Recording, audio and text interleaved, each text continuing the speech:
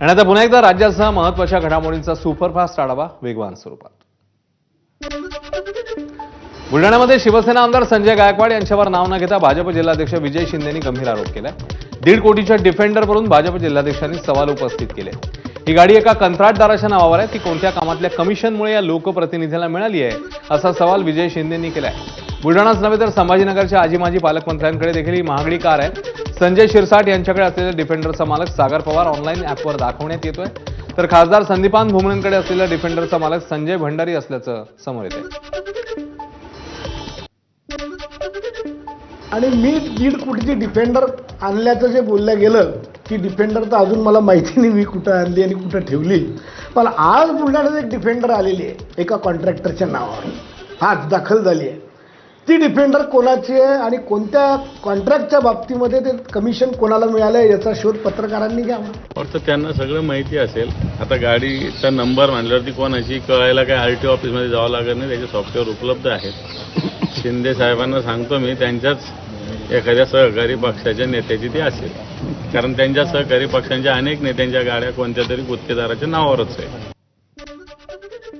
तर विजय शिंदेंनी केलेल्या गंभीर आरोपांवर संजय गायकवाड यांनी प्रतिक्रिया दिली आहे। डिफेंडर कार माझ्या कंत्राटदार नातेवाईकाची आहे असं संजय गायकवाड म्हणतायत। सिंबल माझ्या अनेक कार्यकर्त्यांनी टाकले। आता जोपर्यंत माझ्या मी त्याला म्हटलं जरा डिफेंडर गाडी मला पण आकाशावर मला पावते जरा दिवळ असतो मला वापरून तेवढे करता सिंबल आहे त्याच्यावर। असं वाटलं तुम्हाला त्या गाडीमध्ये? असं काही नाही, सगळ्या गाड्या सारख्याच आहेत, काय फरक नाही। त्या कुत्र्याला काय उत्तर द्यायची गरज नाही मला। मतदार याद्यांमधील घोळाबाबत विरोधकांनी केलेल्या आरोपांनंतर निवडणूक आयोगाने आता चौकशीचे आदेश दिले। ज्या मतदारसंघातल्या मतदार याद्यांवर विरोधकांनी आरोप केलाय त्या ठिकाणची चौकशी करून अहवाल सादर करावा असे आदेश मुख्य निवडणूक अधिकाऱ्यांनी जिल्हाधिकाऱ्यांना दिले। जिल्हाधिकाऱ्यांकडून हा अहवाल आल्यावर आरोप केलेल्या नेत्यांना त्याची प्रत दिली जाणार आहे। विरोधकांच्या आरोपांनंतर चौकशीत काही गोष्टी आढळल्या। नागपुरात एकाच घरात 200 मतदार नोंदणीचा आरोप विरोधकांनी केला होता।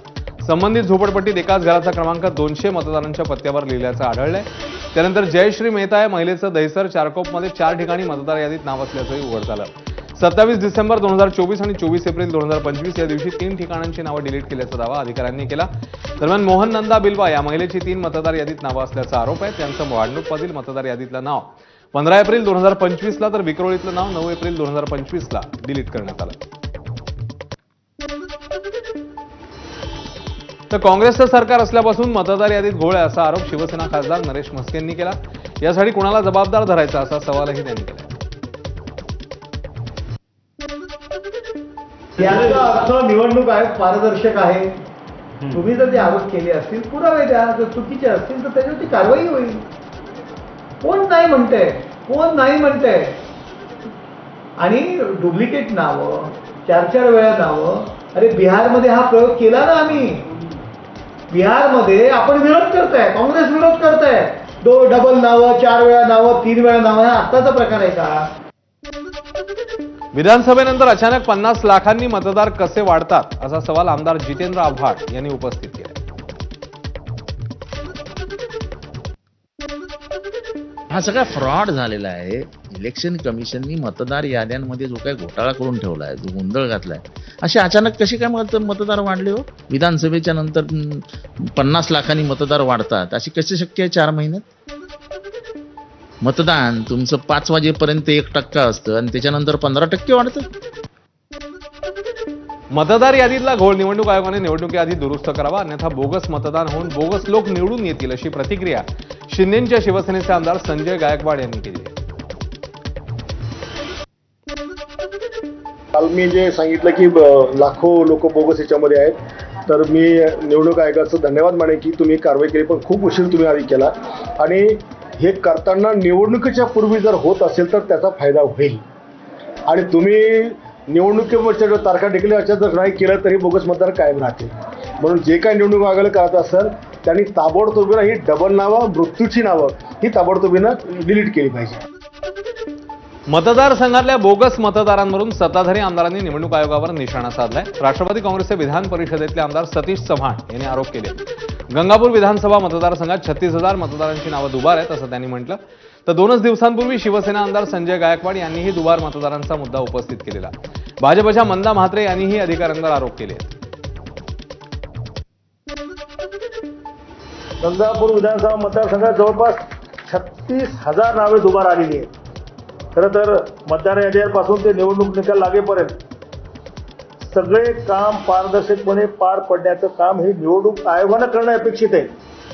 त्यांच्या दिमतीला महसूल खात्याची मशिनरी असते, परंतु ही दुबार नावे शोधण्याचं काम हे राजकीय पक्षाचे कार्यकर्ते करू लागले. पहिले सिंबल माझ्या अनेक कार्यकर्त्यांनी टाकले. आता जोपर्यंत मी त्याला म्हटलं जरा डिफेंडर गाडी मला पण आकर्षण होतं, मला पावते जरा दिवळ असतो मला वापरून, तेवढे करता सिंबल आहे त्याच्यावर. कसं वाटलं तुम्हाला त्या गाडीमध्ये बसून? असं काही नाही, सगळ्या गाड्या सारख्याच आहेत, काय फरक नाही. त्या कुत्र्याला काय उत्तर द्यायची गरज नाही. गेले 15-20 वर्ष जवळजवळ मी सातत्याने ही दुबार नावं असतील किंवा बोगस नावं असतील यासाठी मी कलेक्टर असतील, निवडणूक अधिकारी असतील यांच्याकडे प्रयत्न करत होते. ही ठराविक लोक असतात, ही पैसे घेऊन नोंदणी तर करतातच करतात आणि लोक इकडनं तिकडनं गावाकडनं आणून सकाळ सकाळ ते मतदान करूनही ते जातात. त्यामुळे उमेदवाराला त्याचा फटका बसू शकतो. ठाणे महापालिकेत ठाकरे आणि मनसे एकत्र लढेल अशी खासदार संजय राऊत यांनी घोषणा केली आहे. तर ठाण्यामध्ये ठाकरे ठिकऱ्या उडवतील असाही इशारा संजय राऊत यांनी दिलाय. दोन भाऊ एकत्र लढतील तेव्हा ताकद दिसेल असं राऊत म्हणताय. भाजपच्या अबकी बार 70 पारलाही राऊतांनी उत्तर दिलंय. दोन भावांचं अबकी बार 75 पार आहे असं राऊत म्हणताय. आम्ही आणि मनसे ठाण्यामध्ये लढणार आणि सत्तेवर येणार. आमचाही नारा 75 पार आहे. बोला, आमचाही नारा 75 पार. आमचा 75. खासदार संजय राऊतांच्या वक्तव्यावर शिंदेच्या शिवसेनेचे नेते प्रताप सरनाईक यांनी जोरदार पलटवार केला. ठाकरेंच्या शिवसेनेला ठाणे महापालिकेच्या नव्हे तर मेंटल हॉस्पिटलच्या जागा जिंकता येतील कारण त्यांचं वास्तवाशी काही देणं घेणं नाहीये अशी टीका प्रताप सरनाईकांनी केली आहे.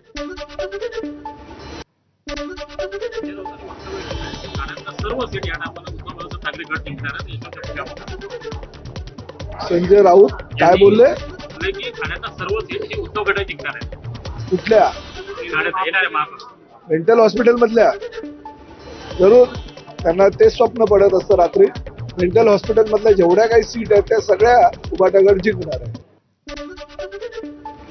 ठाण्याचे भाजप आमदार संजय केळकर यांनी यावर प्रतिक्रिया दिली. राऊत जे बोलतात त्याचं नेहमी उलटं होतं असं केळकर म्हणतात. तर आम्ही ठाकरे बंधूंना कमी लेखत नाही पण जनतेचा आशीर्वाद आणि कामावर आम्ही जिंकून येतो असंही संजय केळकर यांनी म्हटलं.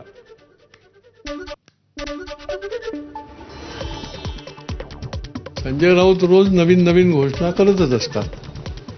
विधानसभेलाही त्यांनी घोषणा केल्या होत्या. सगळ्या निवडणुकीमध्ये ते जे बोलतात त्याच्या नेमकं उलटं होत असतं आणि त्याच्यामुळे त्यांनी असं बोलत राहो असं बोलण्याकरता त्यांना आम्ही शुभेच्छा देतो. राज्याचे उपमुख्यमंत्री एकनाथ शिंदे आणि वनमंत्री गणेश नाईक यांच्यामध्ये गेल्या अनेक महिन्यांपासून शीतयुद्ध पाहायला मिळते. या पार्श्वभूमीवर ठाकरेंच्या शिवसेनेचे खासदार संजय राऊत यांनी प्रतिक्रिया दिली आहे. दोघांच्या शीतयुद्धात नाईकांचा विजय होईल असं राऊत म्हणतात. गणेश नाईक कसलेले पैलवान आहेत, त्यांनी पक्ष सोडले पण संयम सोडला नाही असंही राऊतांचं म्हणणं आहे. त्याची परिणती अशी आहे की गणेश नाईक हे अंतिम विजयी ठरले. गणेश नाईक हे कसलेले पैलवान आहे आणि गणेश नाईकांनी कधी संयम सोडला नाही. त्यांनी पक्ष सोडले असते पण संयम सोडला नाही. जळगावातल्या पाचोरा मतदारसंघात स्थानिक स्वराज्य संस्थांच्या निवडणुकीत युती फिसकटली आहे. शिवसेना आमदार किशोर पाटील यांनी स्वबळावर निवडणुका लढवण्याची घोषणा केली आहे. त्यानंतर भाजपने पाचोरा भडगाव मतदारसंघात स्वबळावर निवडणूक लढवण्याचं भाजप आमदार मंगेश चव्हाण यांनी जाहीर केलं. त्यामुळे निवडणुका घोषित होण्यापूर्वीच पाचोरा मतदारसंघात युती फिसकटली आहे आणि युतीत निवडणुका न लढण्याचा निर्णय घेणारा पाचोरा मतदारसंघ राज्यामध्ये पहिला ठरलाय. पाचोरा आणि भडगावच्या संदर्भात सन्माननीय किशोरप्पांनी भूमिका घेतली की आम्ही कोणाही सोबत युती करणार नाही, आम्ही एकटे लढू. या सगळ्या एकंदरीत याच्यातून सर्व समन्वयाने भारतीय जनता पार्टी आम्ही आता ताकदीने लढणार आहोत. सोलापूरचे आणखी एक माजी विषय आहे. मी माझ्या मतदारसंघात युती करणार नाही. माझ्या मतदारसंघात पाचोरा भडगाव मतदारसंघात शिवसेना सर्वच्या सर्व स्थानिक स्वराज्य संस्थांवर अकेला चलोरे आहे. शिवसेना ही स्वबळावर आहे. सोलापूरचे आणखी एक माजी आमदार भाजपच्या वाटेवर आहेत अशी माहिती आहे. माजी आमदार दीपक आबा साळुंखे पालकमंत्री जयकुमार गोरेंची भेट घेणार आहेत। दीपक साळुंखेंनी ठाकरेंच्या शिवसेनेकडून विधानसभा निवडणूक लढवलेली होती। विधानसभा निवडणुकीपूर्वी दीपक साळुंखे राष्ट्रवादीत होते। कालच सोलापूर जिल्ह्यामधल्या 4 माजी आमदारांनी मुख्यमंत्र्यांची भेट घेतली आहे।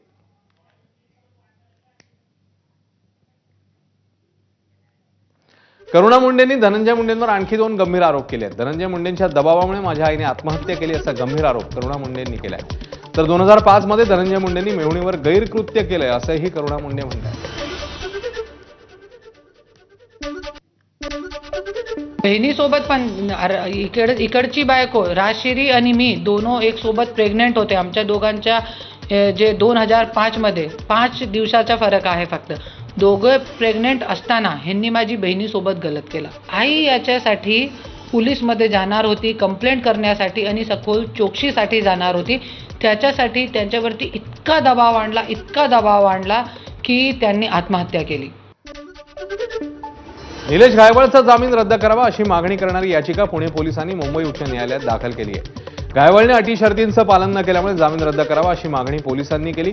गायवळने पोलीस ठाण्यात हजेरी चुकवल्यामुळे तसंच पासपोर्ट जमा न केल्यामुळे त्याचा जामीन रद्द करावा असं पोलिसांनी याचिकेत म्हटलंय।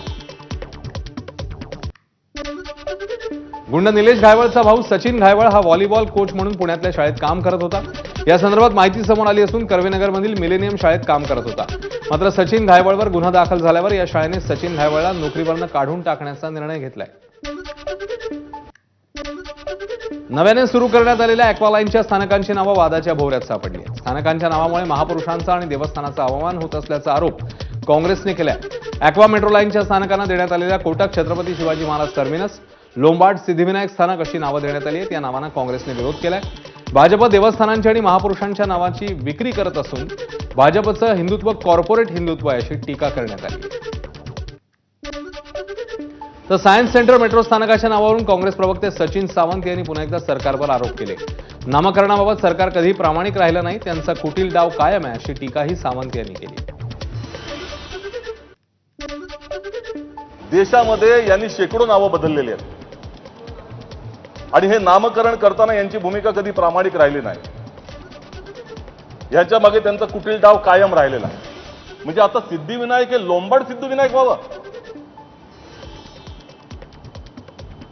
12 कोटी जनतेची आस्था आणि मला म्हणतं 12 कोटी महाराष्ट्रातलीच नव्हे देश पातळीवरती सगळ्यांचीच आस्था सिद्धिविनायक मंदिराशी जोडलेली आहे। मुंबईच्या गोवंडी भागात ज्योतिमा म्हणून नाव बदलून राहणाऱ्या बांगलादेशी बाबू आयनल खान या 44 वर्षीय किन्नर गुरुला शिवाजीनगर पोलिसांनी अटक केली। तिची मोठी प्रॉपर्टी आणि घरं मुंबई उपनगरात असल्याचं समोर येत आहे। 200 पेक्षा जास्त चेले असलेला बाबू खान किन्नरांचा गुरु म्हणून गोवंडीला वास्तव्यात होता। मात्र काही दिवसांपूर्वी 8 बांगलादेशींना पोलिसांनी अटक केल्यावर त्यांना भारतात आणून तिथे राहण्यास मदत करण्यात आलेली। तसंच काही तक्रारदारांनी देखील याची माहिती पोलिसांना दिल्यावर शिवाजीनगर पोलिसांनी या किन्नर माला ताब्यात घेतलंय। तिची कागदपत्र तपासली असता तिचे जन्म प्रमाणपत्र बोगस असल्याचं समोर आलं आणि पोलिसांनी अटक केली आहे। तिची रवानगी न्यायालयीन कोठडीत करण्यात आली।